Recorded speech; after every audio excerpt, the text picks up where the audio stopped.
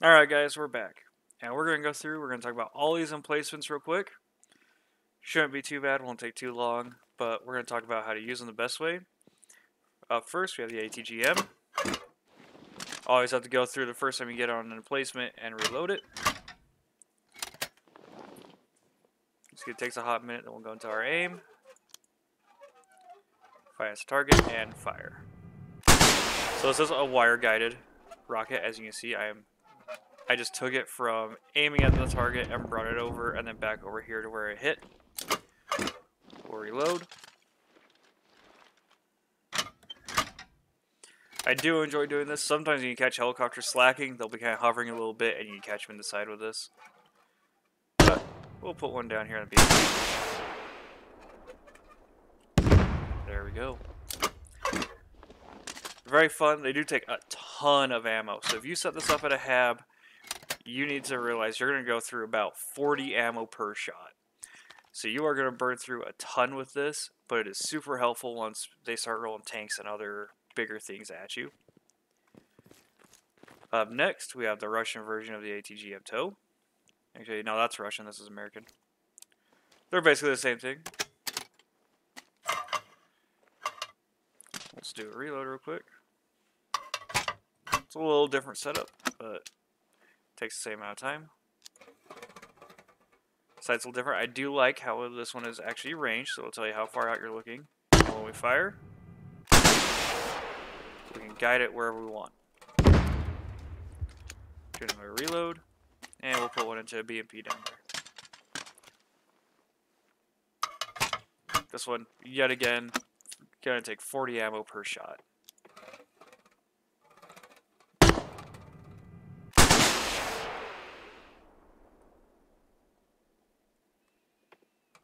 There we go. Overall, ATGM's very good for taking out vehicles. I do have a video, it's the only squad on point video, where we had a tow missile set up on a building outside the point and they were just shooting into the point, taking out Humvees and tanks that were rolling up on us, and that gave us so much support that we were actually able to hold that point completely alone. So definitely don't sleep on these. They are very useful if deployed properly. Up next, we have the ZU-23 AA gun. This one's a ton of fun. You have to sit here, go through and reload. Now, I'll tell you something. This sight right here is actually new. There didn't used to be a sight. It used to just be looking down the cannon barrel and have to guess at where you're aiming. But super high rate of fire. Does have a little bit of explosions to it. And it is a lot of fun to shoot. So, definitely another thing that's good is very good at taking out infantry, taking out light armored vehicles, and especially for those air assets as they fly around. Does have quite a bit of a reload time, but it's not terrible for the magazine size you have. So definitely this is another great thing to have on. It's going to be good to keeping all the AA away from you. So don't need to stack up like 3 or 4 of these guys like the tow missiles. I just keep the one. That'll be enough. Up next we have Dishka. Another really fun one to use.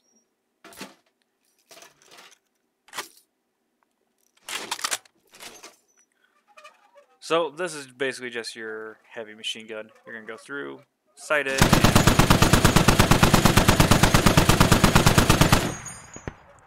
Fantastic for infantry, great for suppressing.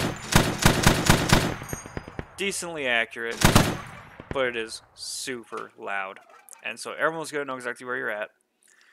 So setting these up in a great defensive position is a good idea. That way they can catch like troop transports rolling by and just slow them down. Other than that, you can use it to lock down roadways and such. So if you're in to defend, grab a heavy machine gun, set them up. They are very useful. And we'll go through and we'll do a reload real quick just to see what it's like. So, decent, not terrible, manageable. Up next, my favorite, the M2 Browning. Gonna load this guy up. This one is equipped with an ACOG sight. Some of them are just iron sights.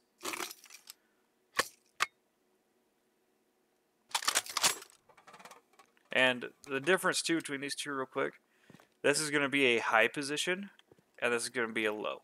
And so both of these do have high and low variants. So good thing to keep on track of when you are actually setting up your hab, getting ready set. If you want to have a higher one so that way you can actually see a little bit further down, or if you want to be lower so you're a little more protected. It's up to you, but we're going to take a look through and see how this one does. So really nice ACOG here. You can see with a nice red dot in the center, and we have all of our ranging marks. But it is a 50 cal, and with the sight, it is a little harder to keep on target. And so it's another one that I would recommend doing bursts on, unless of course they're up close quarters and you need to dump ammo. Just dump what you need to, but it's the same principle of this. You want to go through, set it up somewhere so it can cover those big areas that are in the open or long corridors. Now the reload on it isn't too bad. It's about the same time as the Dishka. So that basically covers our heavy machine guns. Up next, we do have a recoilless rifle. Honestly, I have never seen one of these get deployed. Everyone usually just goes for the toes. But this is going to have the same principle. Very funky sight. Very funky. It's like using an RPG. Fire. And we went a bit far. Which makes sense because that chevron is zeroed at 800. So we'll try again. We'll actually go for the 800 target, see what we can do. Or there's not an 800. So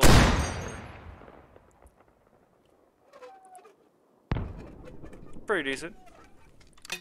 It does have not too bad of a reload time, but just tell you, I have never seen people actually deploy a recoilless rifle.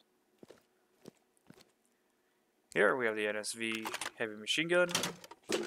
Same thing, this is basically the replacement for the Dishka for the Russian army.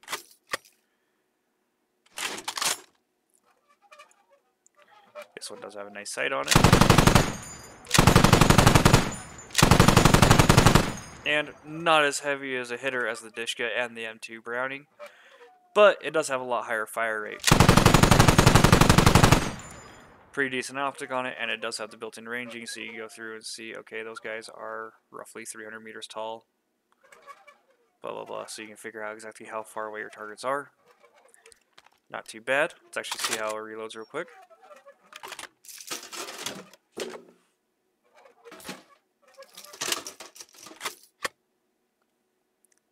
Not too terrible.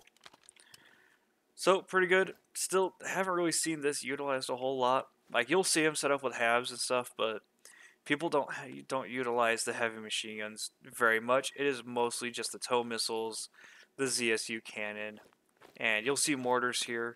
Mortars are a lot of fun. They take a lot to learn, though. So, we're just going to jump over here with them. We'll hop on the M2 mortar. Now you can see as we aim in, what we have is we have our range next to our meridian here on the left. And so we're going to go through, we're going to say, we'll show the 200 meter target. So 200 meters, we're going to be wanting at 1517 millirads. So we're going to bring it up to 1517 here on the dial. Takes quite a while.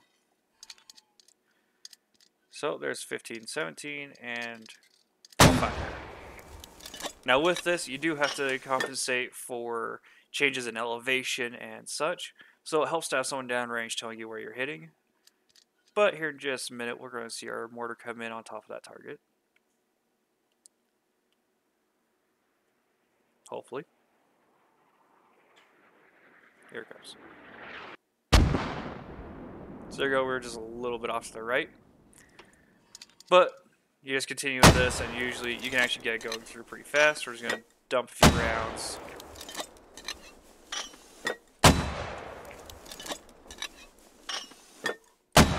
I do have a video of me doing this actually in a game with someone else on another mortar, and we were actually having a lot of fun doing that. Here we come. And there's a little bit of a spread. That's not too bad.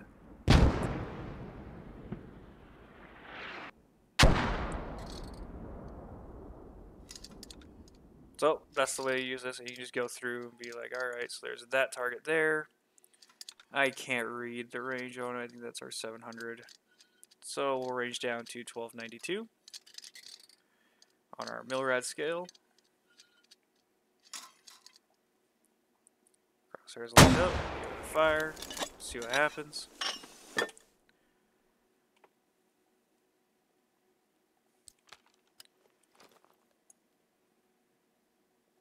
Now it's our 500, it's going to be way far.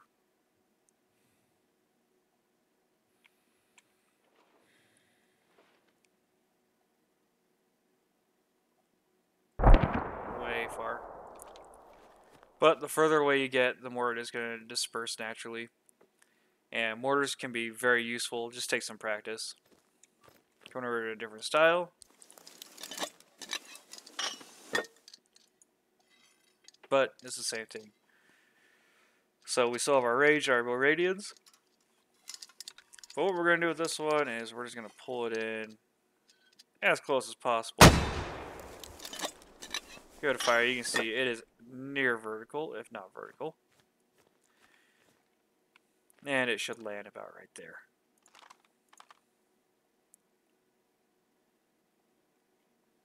It's about a 20-second flight time, so.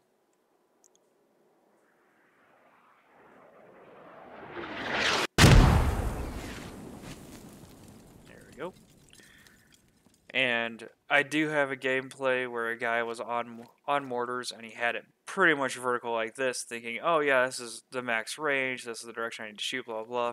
And he just started dumping around, so he actually wiped like 2 squads. Just because they had spawned in, they ran in front of him to get out of here and killed him.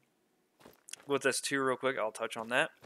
There is a blast that comes out of the top of the tube, so if you are standing in front of the mortar, so like on this one over here, if I was standing over here, I would actually get hurt. But if I was back here, I'd be fine. And so keep an eye on where the tube is and don't stand in front of it, because you will get hurt and it is not fun.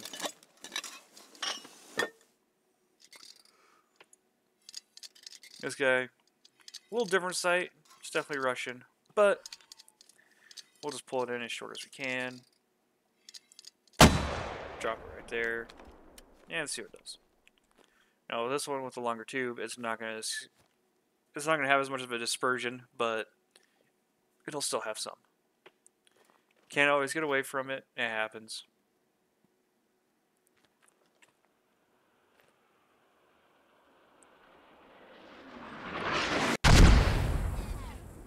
There you go, and you see there was some dispersion because I had it lined up right there on the BMP. So that kind of covers all the emplacements. These are the big ones that you'll always see and utilize. Definitely mortars are the key. They will help you out with assaults. Then your tows for defensive capabilities, and then your ZSU. Past that, no one utilizes the recoil rifle. I've literally never seen one in gameplay. And the heavy machine guns, they never really get utilized properly. You'll see them pop up every now and then, but they're usually pretty easy to take out because they don't get placed well and get emplacements put around them. Past that, that's really it. So I guess I'll see you guys around, try out your classes, and definitely get there in the game and have some fun. I'll see ya.